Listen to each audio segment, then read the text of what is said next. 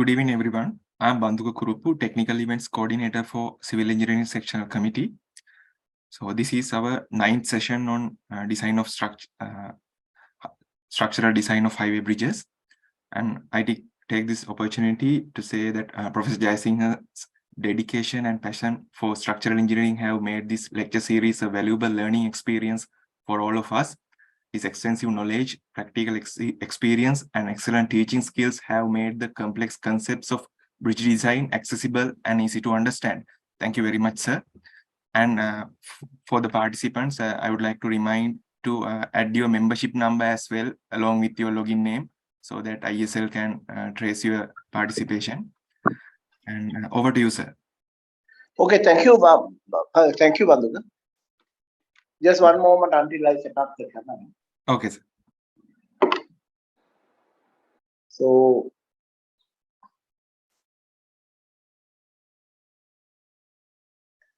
okay, now last week we discussed about this type of bridges. Bandhuka, I hope you can hear me properly. Yes, sir, we can hear you, and screen also visible. Okay. Yeah, yeah. Okay. So last time we concentrated on this type of bridges, and we derived the basic equations that are applicable. And what we saw was even for composite construction, we can actually draw a manual diagram or manual diagram, right? So because we can derive 4 equations that are applicable, and because we have 4 equations, we can draw a diagram and find the feasible region. So today we'll see how we deal with this type of bridges, because here you can see, first I will talk about the evaluation of bridges like this, and this is the M-beam type deck, can be used for 16 meters up to 29 meters. And this is one very important statement: the deck has to be analyzed as torsionless village. We'll discuss that. The only problem is deck cannot be inspected. Self-weight is approximately equal to the live load. This also has too many beams and hence not economical. So we'll see how we deal with this type of situation. And in Sri Lanka, if I highlight the examples of this type of bridge, is I think Gampa flyover has this particular type of bridge, Gampa flyover. And also there are a few other flyovers where the current Director General of Road Development Authority was involved. He used this type of beams because he's a good design engineer, and so he used this type of beams for some of his designs, and this is the M-beam type. So, so first we'll see how what is the evaluation of this type of bridges. So I'll stop sharing, and I'm going to make use of the sheet.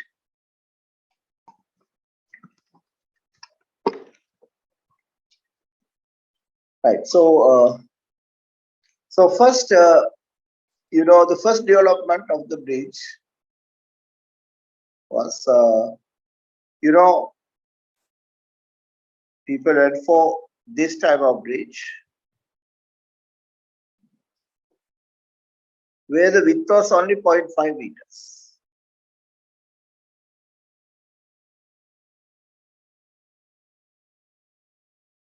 So whole thing was concrete, like a solid slab.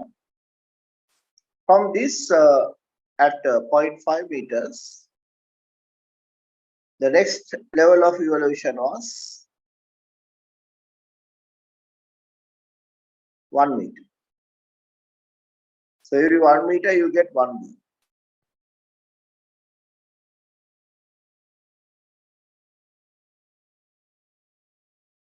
So they initially thought they initially thought, let's have some reinforcement there and fill up this bottom is out of concrete, and here you get other concrete, and the minimum thickness of this is 160 millimeters. But I would prefer something like 180 to 200 millimeter.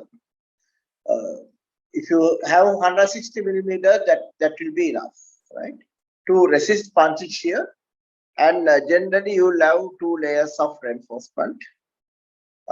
And the one usual arrangement is T12 at 150. But sometimes, depending on the node, this might be T16 at 150. This 150 is something,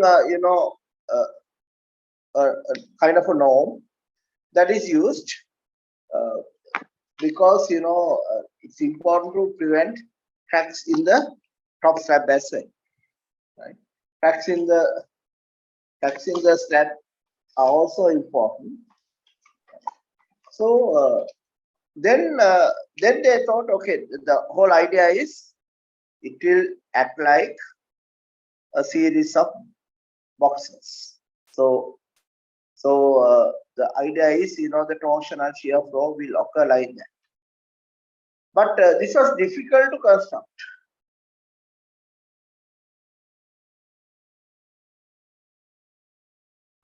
Then they thought, okay, let's analyze this as a torsionless grillage and get rid of this bottom part.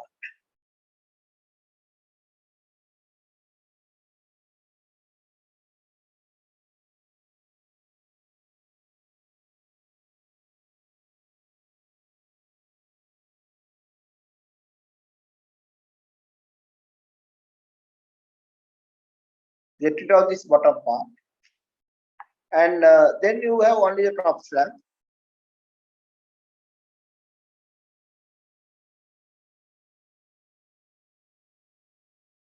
Only the top slab, and again the thickness is 160, but you can go up to 200. 200 will give you a more robust solution, and this is 1 meter. We analyze it as a torsionless grillage. Now let's see what is meant by a torsionless grillage. So this civil engineering section. 1 second, May 2023.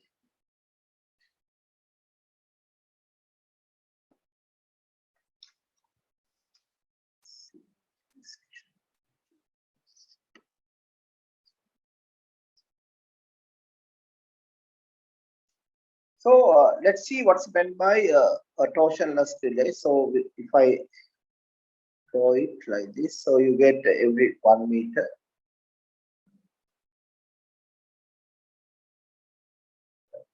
So 1 meter, 1 meter, 1 meter. So what you do is you use a beam to represent one longitudinal beam. So you get a grillage form like this: 1, 2, 3, 4, 5, 6, 7, 8, 9 meters, 10 meters. So each beam, so it will have only 9 beams, 9 or 10, 10 meters wide. Each beam, one center, 2, 1 meter, 2 meter. Yes, 10 beams. So 10 beams will give 9 beams will give a width of 9 meter, 10 beams will give a width of 10 meter. Yes. So 1, 2, 3, 4, 5, 6, 7, 8, 9. Yes. Now then you get this way 1 meter interval,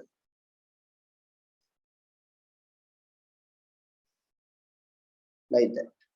So you get a grillage. So here you get 1 meter, 1 meter. Total width of 9 meter, and the overall edge of the bridge will be somewhere there. So the total width will be 10 meters. And then when it comes to so basically if you are using a software like SAP 2000, you will give you create a beam like this, a beam like this. You create a beam like this, and when you create the beam like this, the program will automatically calculate a torsional constant. And what you do is you go to set modifiers and multiply it by 0.001.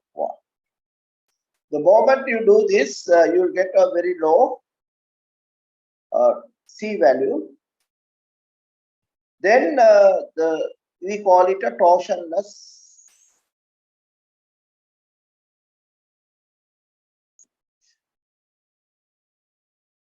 We call it a torsionless. So that's the idea. And then somewhere in 1990s, so this was actually developed in 1970s, early 1970s. M-beam was developed because there was a huge development in the bridge beams by Costain Dobeck of England. The reason is that's the time they did a lot of motorway construction in England, and then later they came across the new problem, that is the inability to inspect. Then what they did was they went for the next one.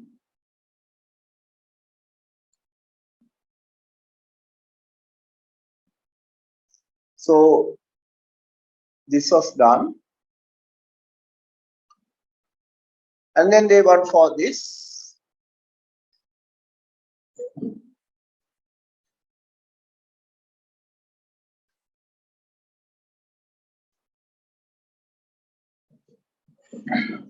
And these called Y beams. And here you can see all the dimensions of the Y beam. And here you can see the overall the depth 1400, and this is Y8 beam. And so Y1 beam is 700, Y8 beam is 1400, and they have been strand type is 15 to diameter standard, class 2 and 15.2 diameter drawn wires. So 15.2 diameter wires have an area of 140 square millimeters, and then they had also had a standard location for pre-stressing. So you can select depending on the type of loading and the type of spans that you have used. You can actually decide where you are going to get the tenders. But the tenders must come at all these standard locations. So basically, even if you are not a bridge engineer, if somebody say, okay, I am having let's say 25-meter long bridge, what you do is you refer to this particular chart, and if you are going to have Y beams at so if you are going for 25-meter span, you can see you can actually use Y5 beams.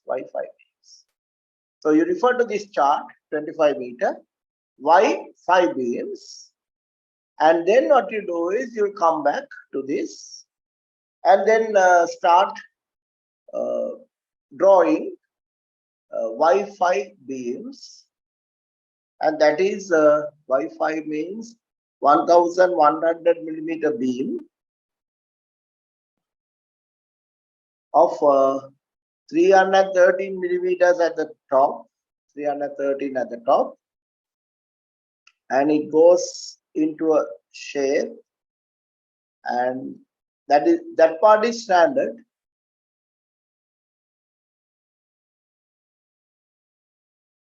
That part is standard. And Wi-Fi beam has a depth of 1100 at the top.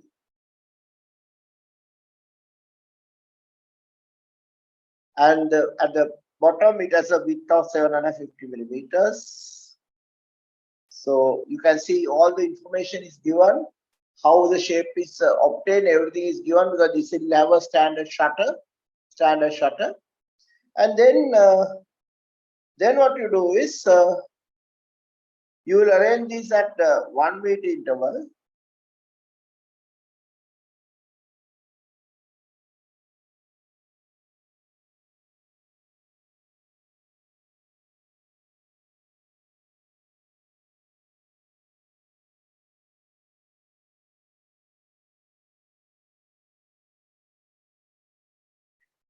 So what you get is a situation like this. So with that information, you can work out something like this, 1000 millimeters. And then again, I'll share it.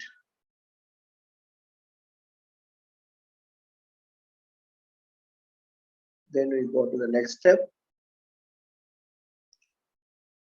And so they also recommend 160 millimeter in situ slab.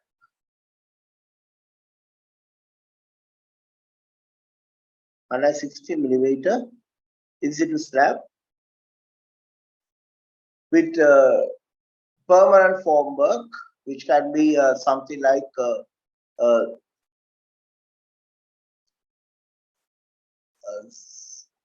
ferrocement sheet, something like a ferrocement sheet, because this length is very small, so you can use a ferrocement sheet. And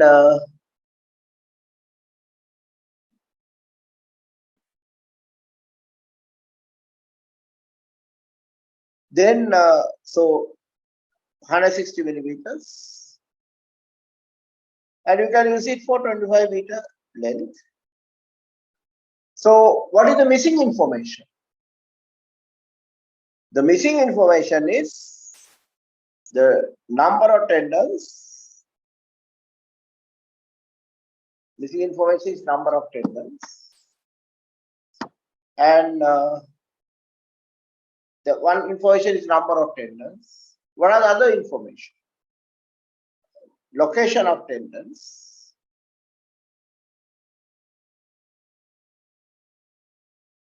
And the size of the tendon is 15 millimeter diameter, equivalent to 140 millimeter squared, 1860 breaking load or characteristic strength,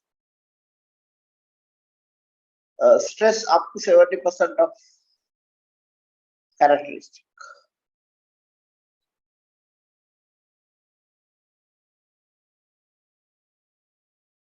So this is the information. So even if you are not a bridge engineer, the moment you have this information,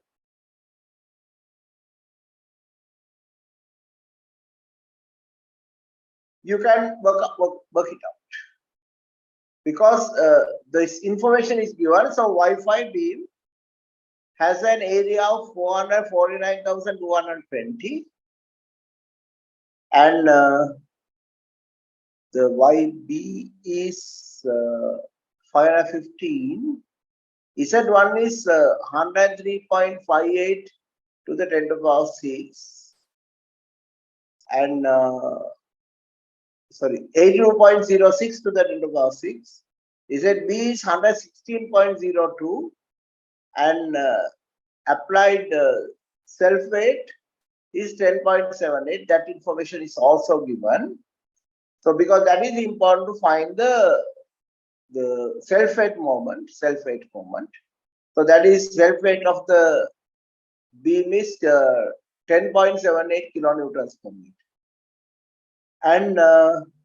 And also you can see this particular one is actually designed for 45 units of HP load. Designed for 45 units of HP loading.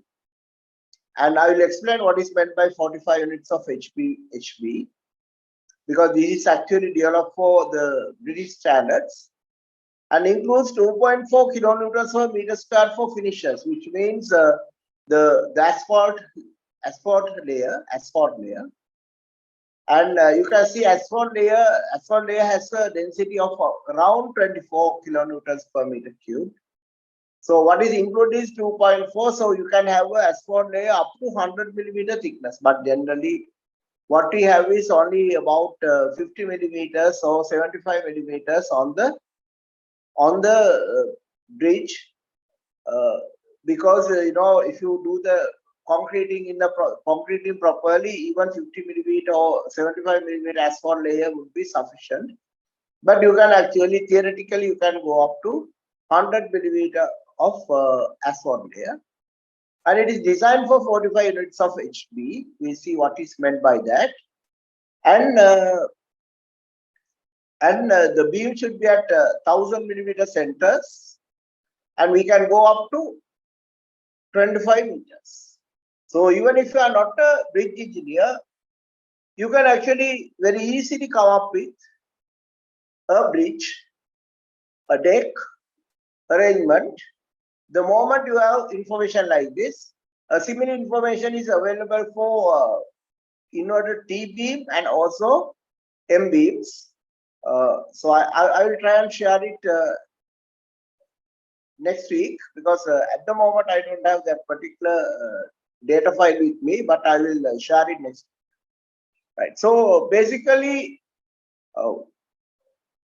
what you do is, now this particular information Wi-Fi is this.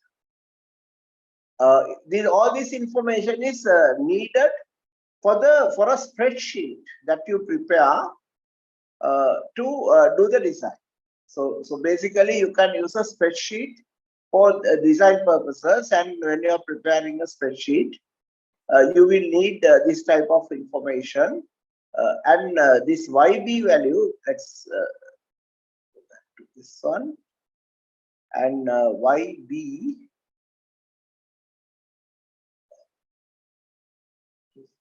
is should be the distance to the centroid from the bottom fiber, but I'm just trying to find out this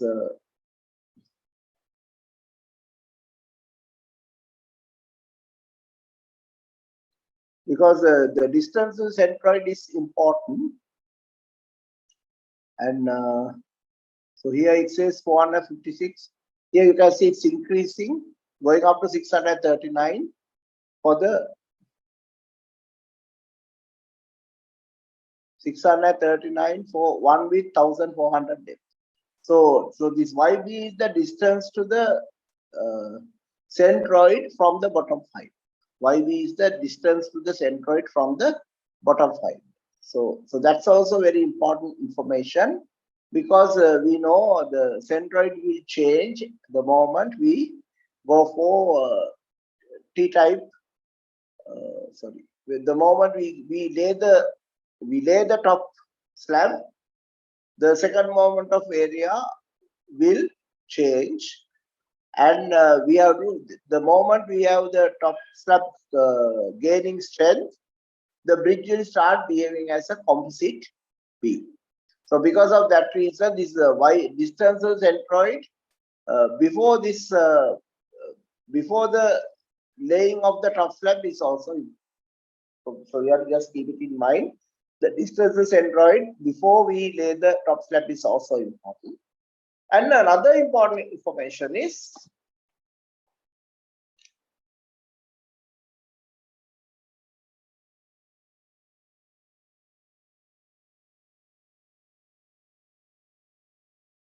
now, so once you have this section,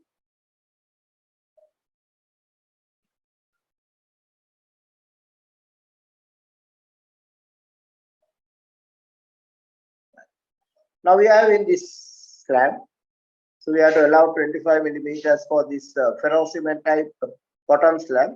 So we can allow 25 millimeter, and then we have 160 millimeter slab.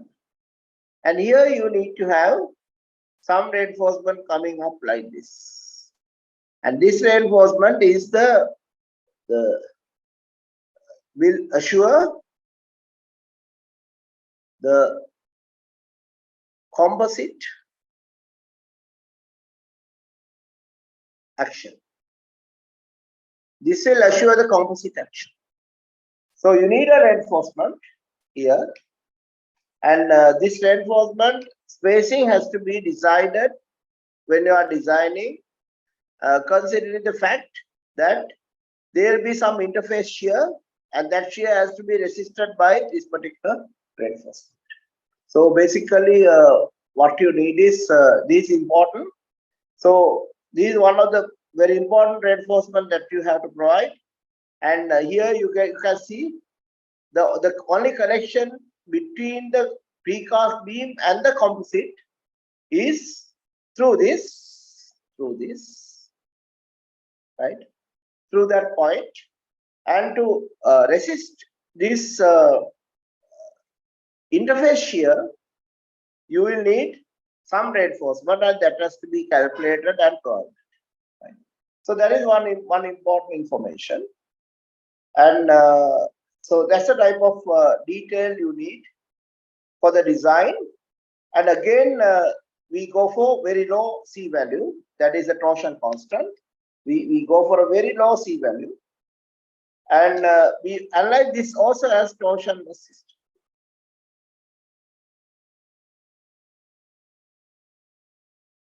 Now let's see what is meant by this 45 units of HB. And the HB vehicle that is used in BS design is like this. So it's good to know this, because still in Sri Lanka sometimes you might have to check bridges that have already been designed for 30 units of HB. So HB vehicle was like this, 4 axles.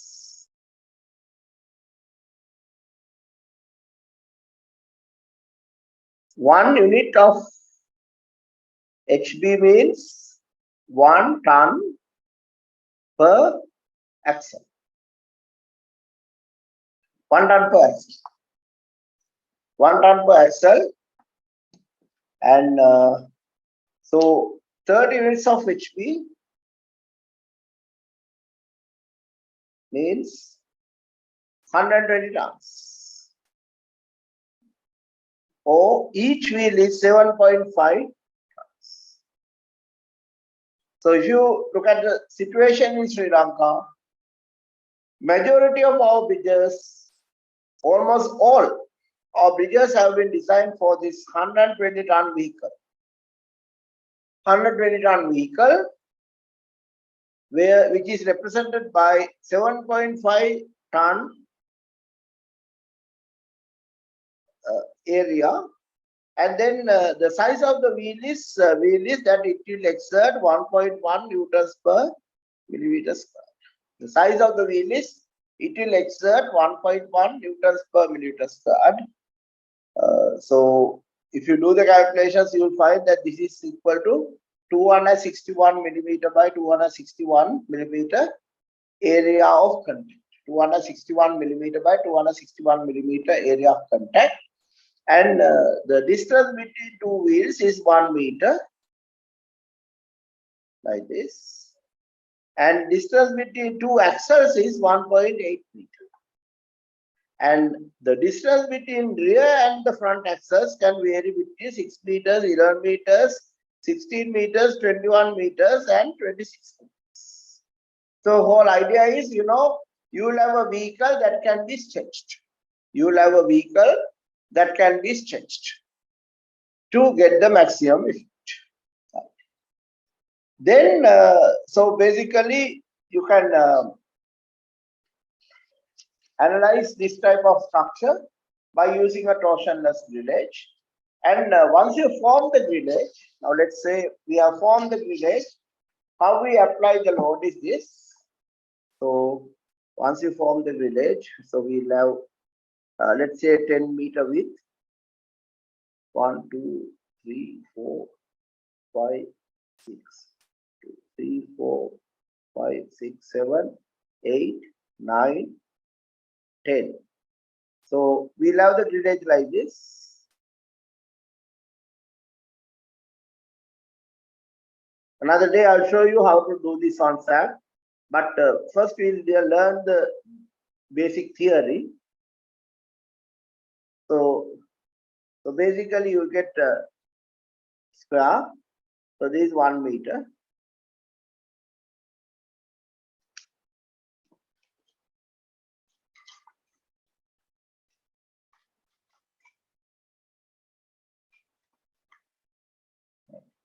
So these are 1 meter. This way also 1 meter. So the important thing is you will put it on pin supports. You have to put it on pin supports. You have to put it on pin supports. And so if it is 30 meters long, so you will get the other support as 30 meters or 25 meters. So finally you get this one. So here you have to put it on roller supports. So here you have pin support and here you will have a roller support. Now what is the reason for that? The reason is if you put this also on pin support, then we are not allowing the deformation of the bridge to take place. So because of that reason, we have to put this on a pin support. So this has to be on pin support, this has to be pin support, this has to be a roller support. Right? That's how it goes. And then how do you apply the loads? So if you look at the situation, if it is 10 meters, so you'll have a bridge like this. And here you get 1.5 meters for pedestrians, 1.5 meters for pedestrians. And the 2 lanes, 3.5 meters each. Which means 1, 2, 3, 4. 1, 2, 3, 4. The center line is here. Center line of the bridge is here. And then the load comes up to this point, 3.5. So if you are having a highway HA type loading, HA type loading of let's say 30 kilonewtons per meter per lane, then 30 divided by 3.5, 30 divided by 3.5 will give you something like 8.57 kilonewtons per meter squared. So what you do is you will apply the load not on the longitudinal beam, you will apply the load on the transverse beams. Generally we apply the load on the transverse beams. And the magnitude will be 8.5 kilonewtons per meter. 8.57 kilonewtons per meter on the transverse beam will give a value of 8.57 kilonewtons per meter. So we apply the load on the transverse beam. So the loads will be applied on the transverse beams. Loads will be applied on the transverse beams. And then when it comes to the pedestrian load, if you want, you can apply it on in the longitudinal direction, because the pedestrian load is about 5 kilonewtons per meter squared, and the total effective will be 5 into 1.5, 7.5 kilonewtons per meter squared. So if you want, you can apply the pedestrian load on, because we have only one beam, so we can apply 7.5 kilonewtons per meter along that. So this is how we'll apply the loads on the grillage. Loads on the grillage.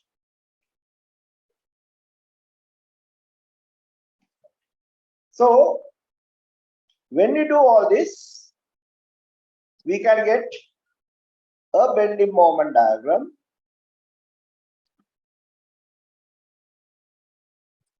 for each longitudinal beam.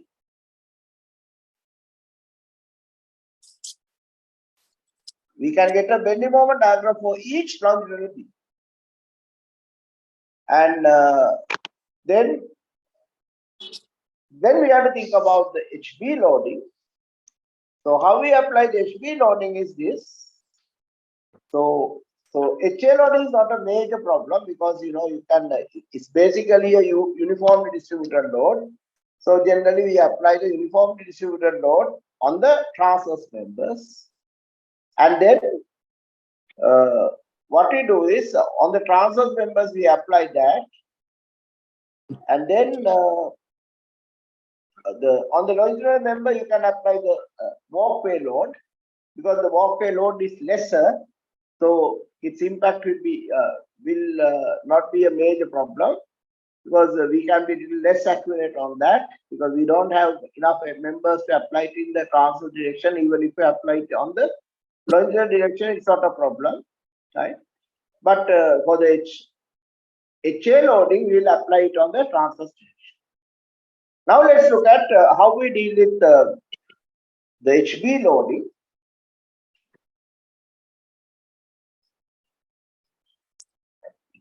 I'm using this earlier loading system because it's easier to explain it on the grillage. So once you master this one, you can apply the new system. The same principles, but so because of that, we first look at the all system of loading. Now, when you have to consider HB loading, we are talking about 4 axles.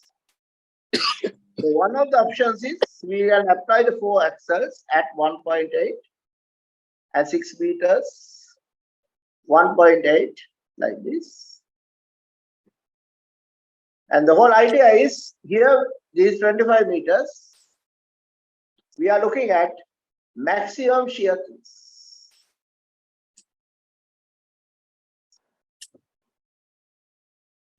Maximum shear. On the other hand, what we do is we apply it this way, we keep it at the center with 6 meter spacing and 1.8. And now we have a problem. Where are we going to keep it? So for that, there's a simple theory which says, if you have a trolley like a crane girder having 2 wheels, to get the maximum effect, you have to place it such a way that the centroid of this loading will be like this, and place the centroid of the loading and one of the front wheels on either side. One of the front wheels on either side, where this distance, let's say D1, and this D1 is C. So this is a theory that is applicable for crane girders, where you have 2 wheels applying a concentrated load to get the maximum effect. What it says is, one of the front wheels should have passed the center point, whereas the centroid of the loading should be behind the centroid, and those should be equidistant. So we use the same theory for these when you are placing the HB vehicle also. So what we do is we take the centroid of the beam of the bridge, and we make sure there are 2 wheels. There are 2 wheels. So one wheel has just passed, the other one is behind, and then there are two other wheels, and this has 75. This has 30 kilonewtons. This has 30 tons. This also has 30 tons. This has 30 tons. This has 30 tons because this is a 120-ton vehicle with 30 units of HB.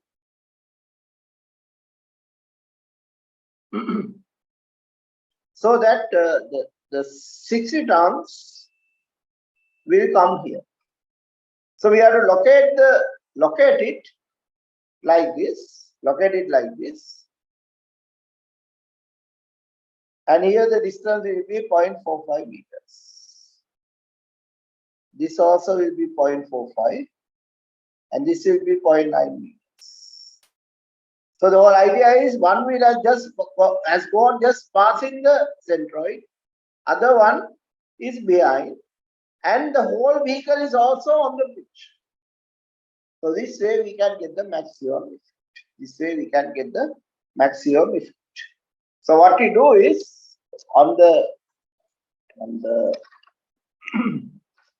grillage, we have to represent this civil engineering sectional committee number 6, 5. So we want to get the maximum bending moment. So because of that reason, I will develop the grillage, but I will develop only part of the grillage from the bottom. So it goes this way. So the loading starts here, and 1, 2, 3, 1, 2, 3, 3.5 comes here. 3.5 comes there. So the width of the vehicle is 3.5 meters.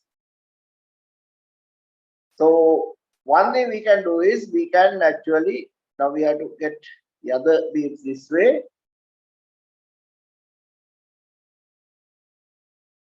So I'm just showing you how to place it.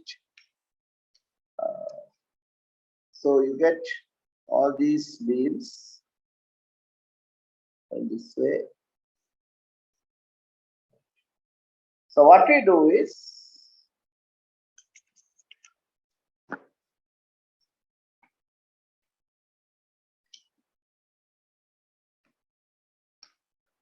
we'll find the center of the bridge. Let's say center of the bridge is somewhere here. So these are all continuing, because what is important for us is center of the bridge. So let's say these are all continuing. So let's say this is the center of the bridge. Center. So if you look at center, from the center, one side is on this side, the other side is on this side, 0.45 meters, 0.45 meters. So the center of the bridge will come somewhere here, because it is 25 meters. So basically on one side it is 0.45 meters ahead, the other side 0.45 meters on the other side. So what you do is you can start placing the vehicle. There's another rule which says the vehicle should be 0.5 meters from the curb. So you are going to get one wheel here, another wheel here, another wheel here, another wheel here, like that. So you place the vehicle like this. Then if I draw a bridge to get the maximum effect, you have to place the HB vehicle like this.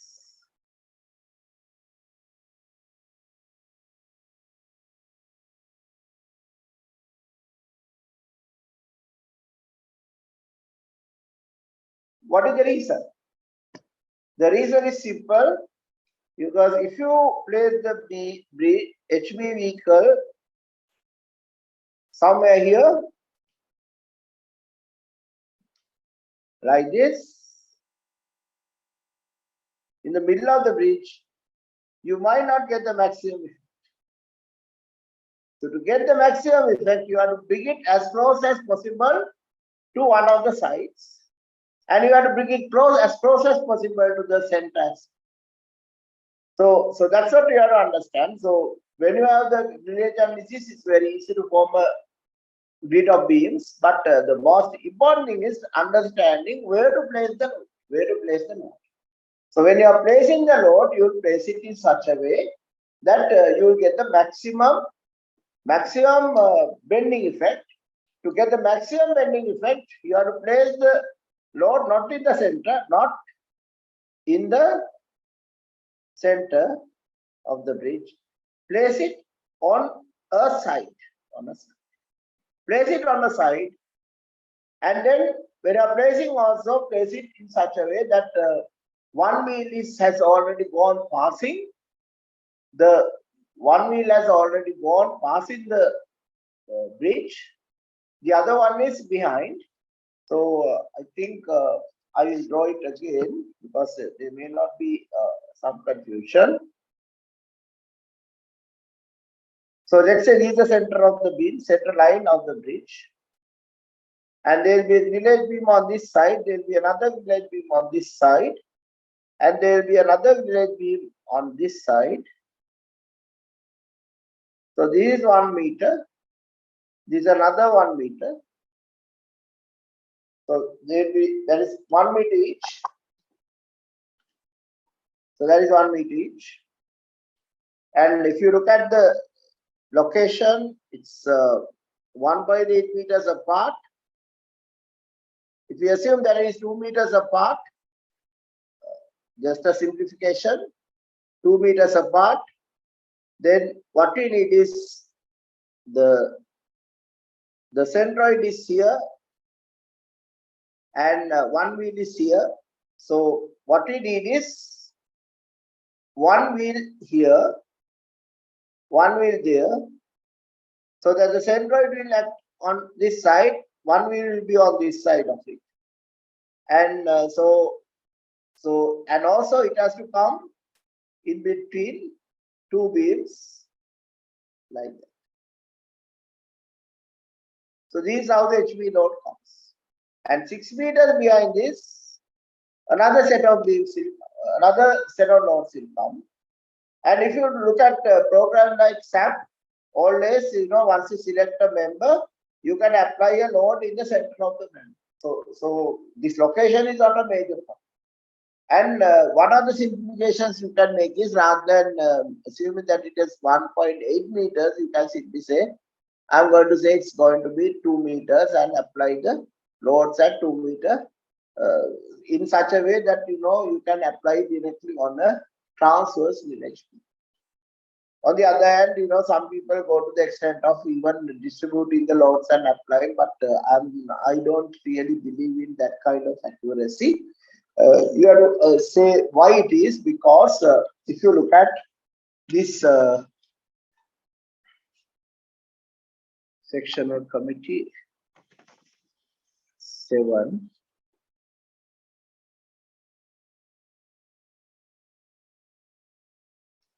what is the reason? Because when you say 45, 30 units of HB, it is an arbitrary load. So we are saying we are having 4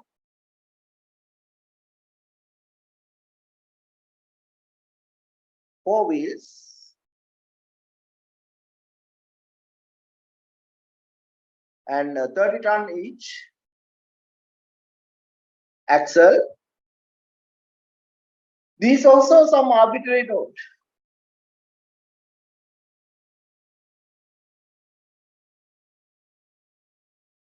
So basically, if you have a slight inaccuracy in your the application of the load, it's not going to make a huge difference. Why? Because if you are doing a ultimate service condition, generally we multiply it by 1.2 for the dead loads, and 1.2 for the live loads. And when you are looking at ultimate, we multiply the dead loads by 1.1 or 1.2, depending on the accuracy of construction. For dead loads, live loads, we multiplied by 1.5. For HA and 1.34 HP. So when you look at all these factors, when you are analyzing, if you have a slight inaccuracy, it's not going to make a major difference.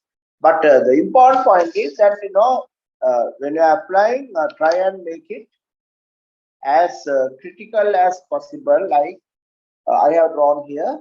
Don't put the load in the middle of the bridge, because the number of beams sharing the load will be more.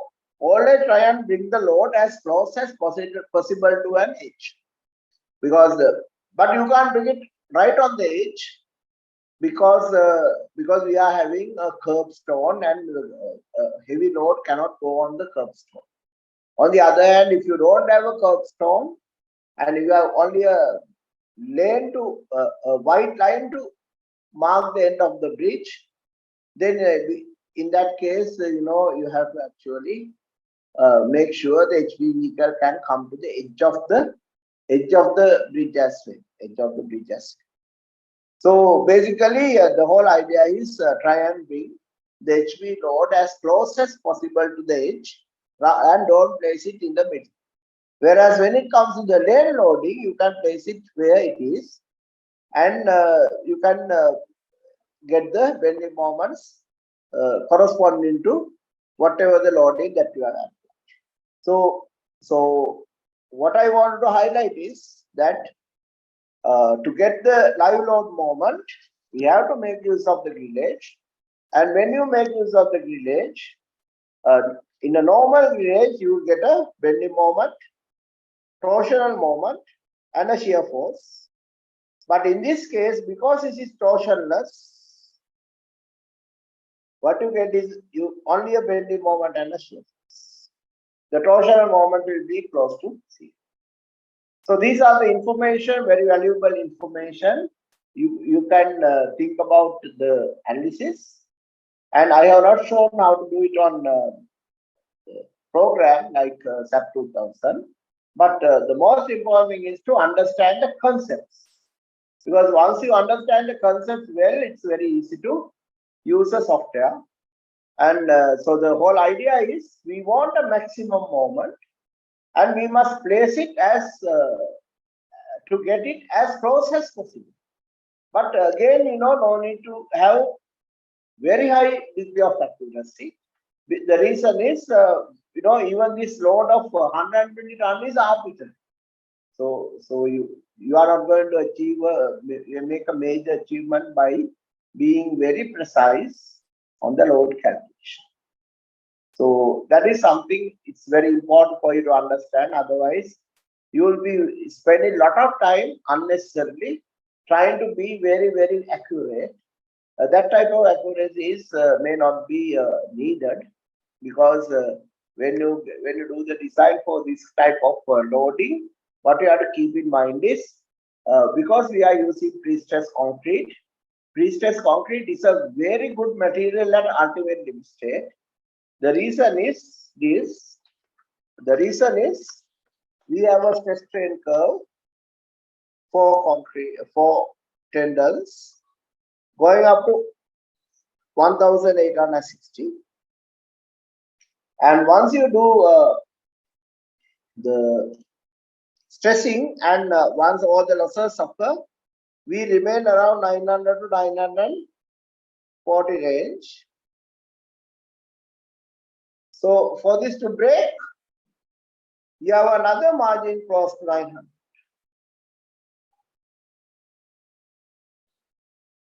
So because of that, and also because the beam is like this, to put it in the ultimate limit state, you have to place it like this.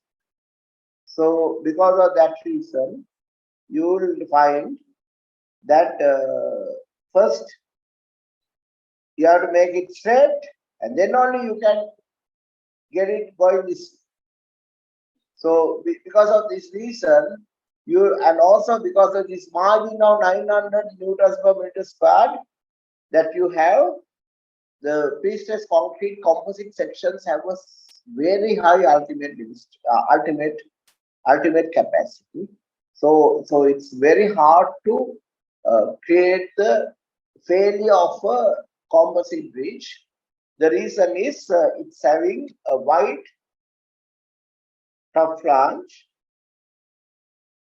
because that is going to be in compression. So because it has a wide top flange, it's going to be in compression, and the tendons with a significant lever arm, it's very hard for you to have the failure of a composite bridge. So even if you have a slight inaccuracy in your analysis, and even if a heavy vehicle goes, there's absolutely no chance for a bridge to collapse. The moment you get that understanding, you'll feel very confident about your results, because you know there's a huge reserve capacity in the system that you are designing, and any minor inaccuracy is not going to affect. But don't have any gross inaccuracies, but you can have minor inaccuracies in the bending moments that you get. And if you think there's a minor inaccuracy, you can always make a small adjustment, like you can allow about 2% or 3% increase in the moment for any inaccuracy that you expect. So when you are using the design moment, you can have slightly higher moment than what you get from the village analysis. So rather than spending a lot of time to make a very accurate village analysis, sometimes you can easily do a small adjustment in the village analysis, so that it will result in a slightly less accurate bending moment value, but you can always compensate it by increasing the bending moment value by about 2% or 3% or even 5%, and then do the design. And but always keep in mind, because the stress strain curve of pre-stressing steel is like this, after all the losses, our stresses will drop to 900, whereas in the case of reinforcing steel, we are going here, but we have only 500. The margin is 500, whereas here the margin is about 900. So there's hardly any chance for a pre-stressed concrete composite bridge to fail just because a heavy vehicle has gone above it. But what is most important is actually the prevention of chloride ironing less in the countries with cold climates. But in Sri Lanka also we have a similar problem, and the problem is Civil Engineering Sectional Committee 8.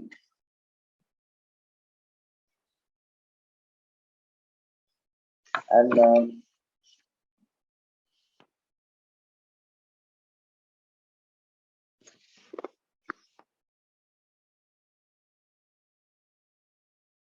so we are an island, and here we have the roads. We have the roads here, and we have the roads here, and all these are coastal highways, and we have roads here. So we have roads in all these locations. These are very close to the sea, so we can have salt accumulation on our bridges. Because we can have salt accumulation in our bridges, we actually have a small problem with chloride iron induced corrosion on our pre-stressed concrete beam. So because of that reason, the use of fly ash up to 15% is highly recommended for our coastal highway bridges, because fly ash can minimize the chances for chloride attack on concrete. So it's good to use 15% fly ash on concrete that is used in to manufacture precast beams. especially on the beams used on coastal highways. So what actually happened is something very interesting. So when you have a beam, because the bending moment diagram is like this. So what happens is you will need centroid somewhere here and centroid somewhere here towards the end. So we call this debonding. So that means we have all say 20 tendons effective here. Here you might have only 40 tendons. But when you are manufacturing, because we are using long line method, so we have all 20 effective. So what we do is, when it comes here, we cover the tendons with paper tape. To do the debonding. So once you have a paper in between the tendon and the concrete, it's debonded. But what is found was, because we are in coastal, because on our coastal highways, some chlorides have penetrated in and it has gone into this through the paper, and corrosion has started. And it has led to spalling of concrete as well. So this is one problem that you encounter. So we have to be very careful with what you use as debonding material. And one of the options that is available is when you are debond this area and keep about 100 millimeters bonded. So what happens? Once you cut the tendon, automatically this 100 millimeters is not enough to develop the bond.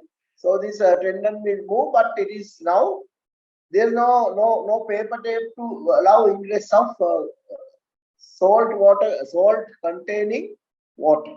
So there is no chance for corrosion. So this is a small mistake that was done, and it has led to some problems in our bridges. So that's also an interesting finding, which was found later. When the bridges were inspected, they found that the tendons have started corrosion. And when the reason was inspected, then only they found that the paper tape that is used has caused the problem. So the message that I wanted to convey today was this. Number one, you can use a grillage, and spacing will be 1 meter by 1 meter for the beams. And second one is torsionless grillage. So C has to be very low value. Number three, you get bending moments and shear force for live loads. Number four, HB type live loading, HA type live loading can be applied on transverse members. HB type live loading, it's not easy to apply with the extreme accuracy. So what we do is we'll have some approximation rather than wasting time to achieve a very high degree of accuracy.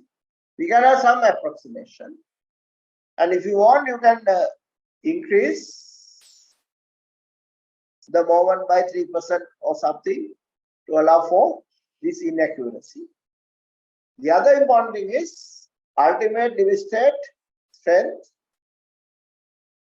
The bending moment will be calculated with 1.3 and 1.1 factor of safety for dead loads and imposed loads for HB. So basically, once you add all these factors, you get a massive factor of safety. And above all, because of the shape like this. This is the shape. Ultimate limit state capacity is very high, and the reason is, if you look at the stress strain curve, this is 1860. After all the losses, we are in the 900 range, so we get another about 900 newtons per meter squared before this breaks. So there's a huge stress range. Because of that reason, you'll end up with a very strong, beam that can carry very high moments than that you have anticipated. So basically, the ultimate capacity will be very high.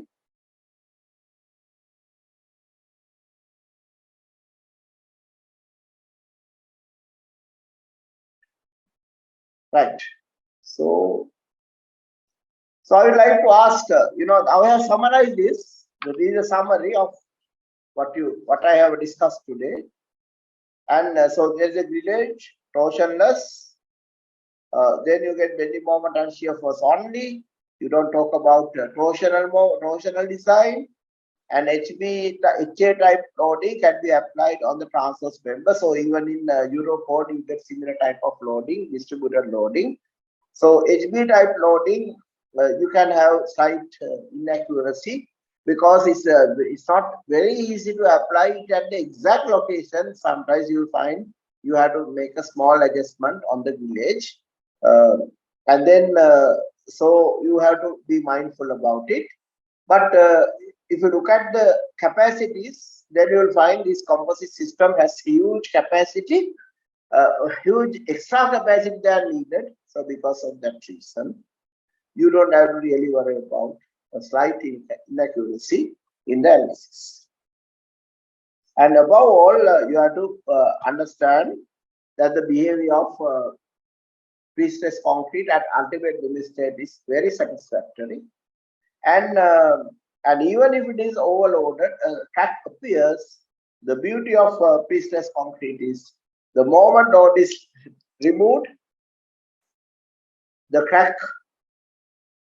close fully. When the load is removed, cracks close fully. So because of that reason, pre-stress concrete is an ideal material for this type of situation. But earlier I showed you that even reinforced concrete can be used because we are designing these structures for very high loads that might occur very seldom. There's no chance of this type of loads to occur, but in case that we need to transport a heavy load, we design these bridges for this kind of very heavy loading. But actually, the normal situation is much more favorable.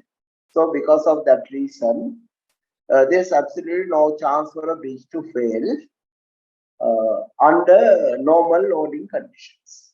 So that is something that gives the bridge engineers enormous amount of confidence that the structures that they design are absolutely safe.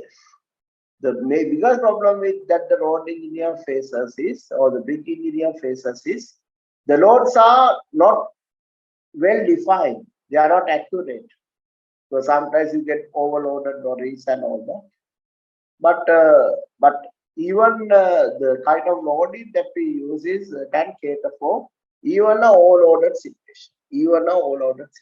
Because we are using very high loads. But in England, all the major roads have been designed for HP, 45 inches of HP. And as I know, there's only one bridge, that is the Orgodawatta flyover. We actually went for 45 inches of HP. And there's a good reason for that, because that's on a place where huge amount of container traffic was involved. So because of that reason, we actually went with 45 weeks of issue. So that's a kind of situation, but I would like to highlight another important factor, and that is now with all these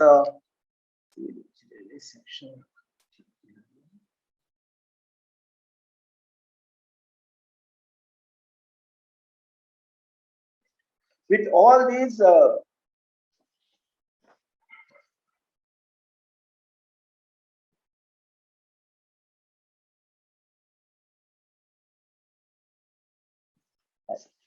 all these different situations, what you get is a bridge supported by the piers, and you have expansion joint. So the riding quality is low.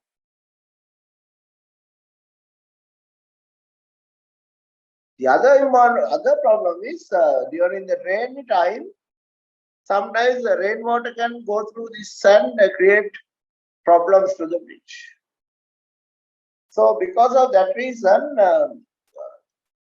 the continuous bridges became very popular in England. So how you make it continuous is you have the beam, and you have the other beam coming, and you will the rough concrete, but we fill the concrete like this, reinforced concrete.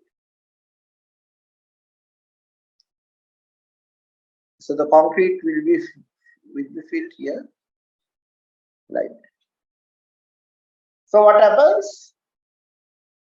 What happens is the bridge becomes continuous for live loads. Continuous for live loads.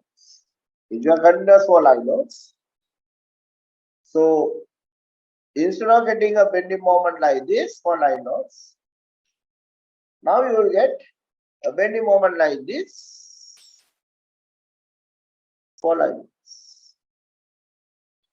So it's a huge advantage because now the bending moments are reduced. But you have to think what's going on here. Now these are pre-stressed and reinforced concrete together. So what happens? What happens is the beam will bend like this at the support, and when the beam bends like this, bottom is in compression, top is in tension. So what actually happens is the pre-stress will be relieved when this behaves as a continuous member, and at the support, the member will behave as a reinforced concrete member. So what you do is you will forget about the pre-stress, and design a reinforced concrete section to carry whatever the reverse moment that you get over the support, or the hogging moment that you get at the support. What you do is you will you can completely forget about the concrete, pre-stressed concrete part, and what you do is you will simply design it as a reinforced concrete section, and generally you will get something like H25 bars at 50 center to center. You get a lot of reinforcement here, and here this will go into. So this is something that became very popular. But in Sri Lanka, what we have used is slightly different, and so that is another detail, and I can show you by sharing the screen.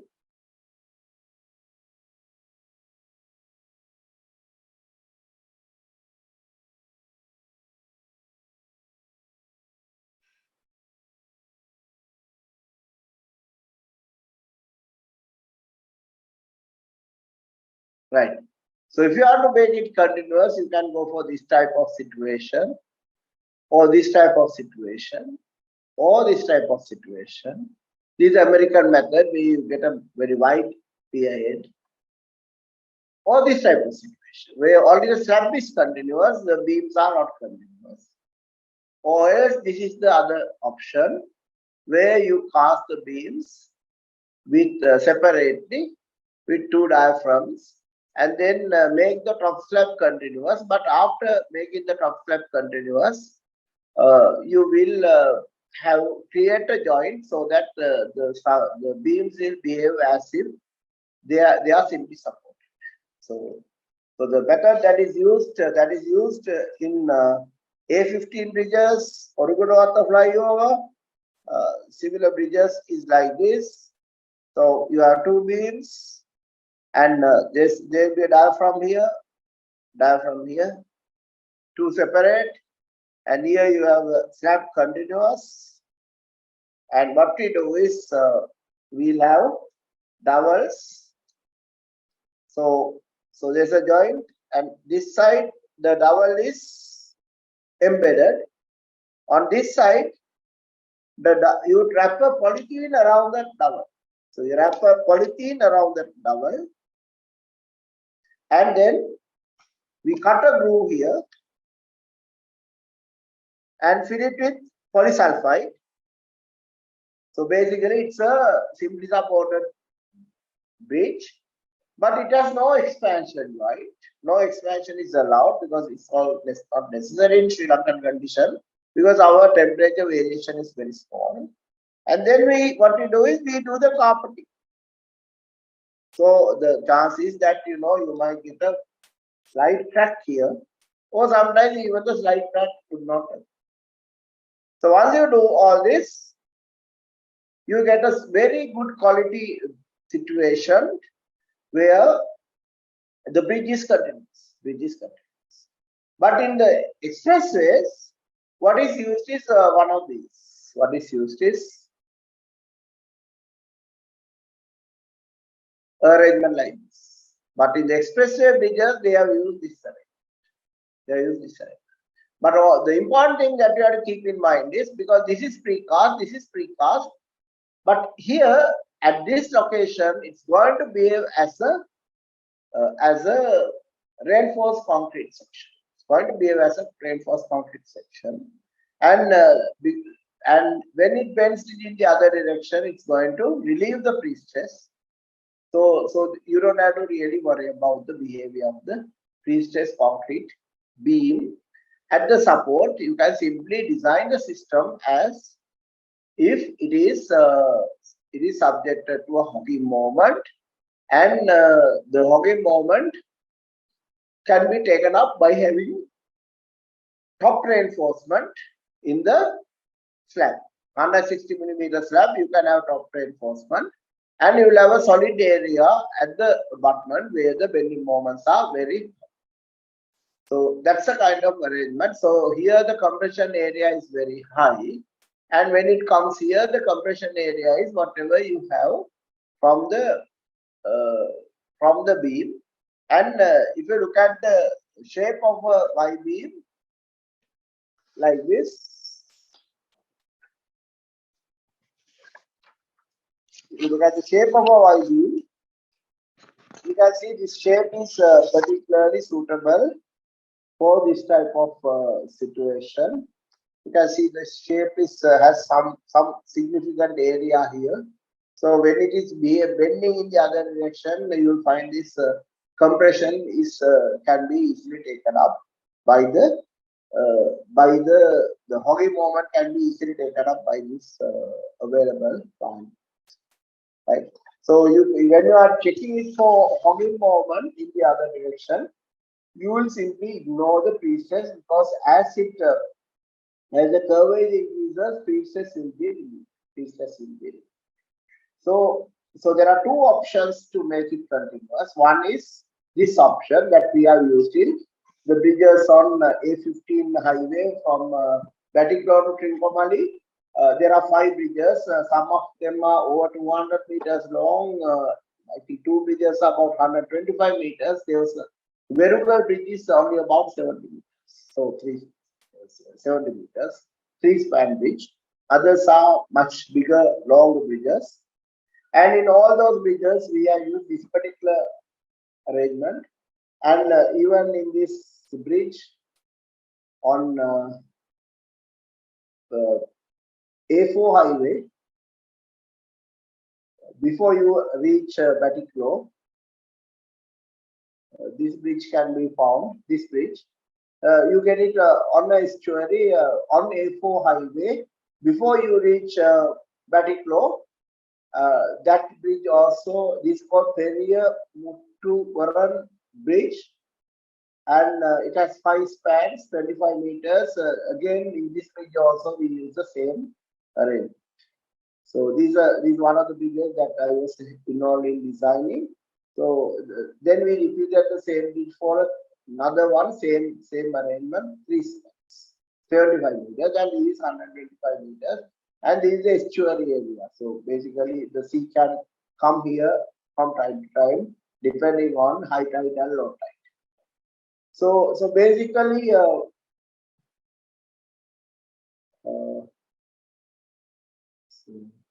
Manuka, is there Yes, any other chat? No problem. there was one question, sir. Yes, right. Why the HA load decreases when the span of bridge is increasing? Like that. Oh, yeah. Now, this is the reason. So this is civil engineering sectional committee. So 13 to 1. Now, this is the reason. Now this is a theory again. The HV vehicle is a combination of trucks, heavily loaded trucks, 24 tons, next to each other.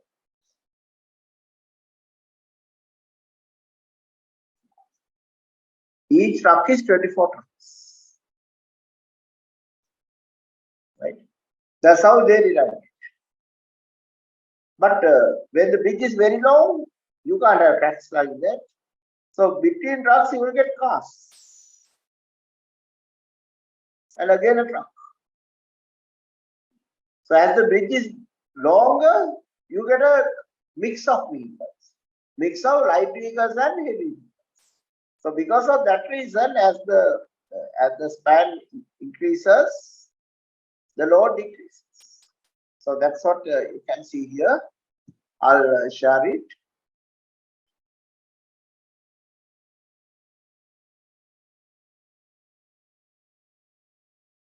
Right. Now this is 1978 load. 1978. And here you can see when the bridge is very long, it drops to about 9 kilo. 9 kilo. Right. But when you are analyzing a very long bridge, generally you have to think about the shorter loads as well. Shorter loads as well. Right. Sometimes, rather than loading the bridge over the full length, we might load part of the bridge with a shorter load. And when the load is shorter, then you will get a higher value. And then if you look at the 2006 recommendation, it did not have a low constant value, but it also decreases. But it did not have a very low value because this is one of the biggest loadings that have ever been considered for bridge design. So even the Euro loads will be lower than this one. Because due to some reason, especially after the opening of the channel, the tunnel between England and France, they found that very heavy lorries can be transported on the train from France to England.